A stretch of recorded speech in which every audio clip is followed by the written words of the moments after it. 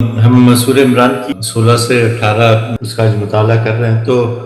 اس سے پچھلی جو آیت تھی اس میں ایک نقطہ میں رکھنا چاہ رہا تھا کہ مولانا رومی رحمۃ اللہ علیہ السلام نے ایک مثال فرمائی ہے کہ دنیا میں آدمی کیسا رہنا چاہیے، یعنی فارسی میں شعر ہے جو یہ ہے کہ دنیا کا ساز و سامان جو ہے وہ کہتے ہیں کہ پانی کے مانند ہے، اور اس میں انسان کا قلب ایک کشتی کی طرح ہے۔ تو پانی جب تک کشتی کے نیچے اور ارد گرد ہے تو کشتی کے لیے مفید اور معین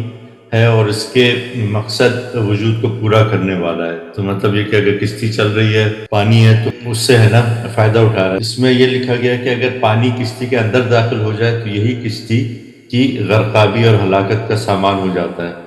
تو اسی طرح دنیا کے مال اور متاع جب تک انسان کے دل میں غلبہ نہ پائیں، اس کے لیے دین اور دنیا میں معین و مددگار ہے، اور جس وقت اس کے دل پر چھا جائیں تو دل کی ہلاکت ہے۔ اس لیے جو یہ آیات ہے یہ ساری مرغوب کر رہی ہیں کہ دنیا کا ذکر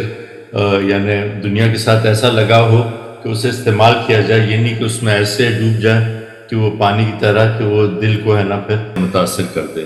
17 آیت میں اللہ تعالیٰ مومن کی صفات کو بیان کیا گیا ہے، اور آل عمران کی 17 آیت میں تفسیر میں کہتے ہیں کہ یہ اگر کسی کو تقوی اختیار کرنا ہے تو یہ جو نقاط اس آیت میں بیان کیے گئے ہیں وہ تقوی مومن کو اختیار کرنے کی عکاسی کرتے ہیں۔ تو اس میں جو سب سے پہلا جو نقطہ مطلب اس آیت میں تھا کہ صابرین، صبر کرنے والے، تو دنیا کی راہ میں آزمائشیں اور خواہشات نفس پر جو صبر کرتا ہے، عبادات میں مستقل مزاجی اور گناہوں سے بچنے کے لیے صبر، تو مطلب ہے کہ جتنے بھی دنیا کے وسوسے ہیں اور جتنی بھی غلط چیزیں ہیں ان سب سے دور رکھ کے مومن اور جو تقوی والا ہے وہ ان کو صبر کرے اور اللہ کی راہ پہ گامزن رہے، تو یہ تقوی کی ایک یعنی اولین صفات میں سے ہے۔ اور پھر اس کے بعد یہ بھی کہا گیا ہے کہ صادقین، سچے لوگ، نیکوں میں سچائی اور جھوٹ سے اجتناب اور وعدہ پورا کرنا، وفا پوری کرنا، اور عمل میں سچائی، دکھاوا نہ کرنا، تو یہ صادقین میں جو دوسرا جو اس آیت کریمہ میں ذکر ہے۔ اس کے بعد قانتین ہیں جو عبادت گزار، مطلب یہ کہ مستقل اطاعت اور عبادت جو ہے وہ تقوی والوں کی ہے نا بہت ہی ایک نشانی ہے۔ وہ خشوع اور خضوع کے ساتھ عبادت کرتے ہیں، نمازوں کی پابندی کرتے ہیں۔ اور پھر اس کے بعد المنافقین، اور منافقین خرچ کرنے والے، تو جب خرچ کرتے ہیں تو ایک بیلنس طریقے سے زکوٰۃ، صدقہ، رشتہ داروں پہ خرچ، تنگی اور فرازی دونوں میں مطلب یہ کہ وہ خرچ برقرار رکھتے ہیں چیزوں میں، اور مال کو امانت سمجھ کے خرچ کرتے ہیں۔ اور آخری جو اس میں ذکر ہے وہ مستغفرین بالاسحار، تو سحر کے وقت استغفار کرنے والے،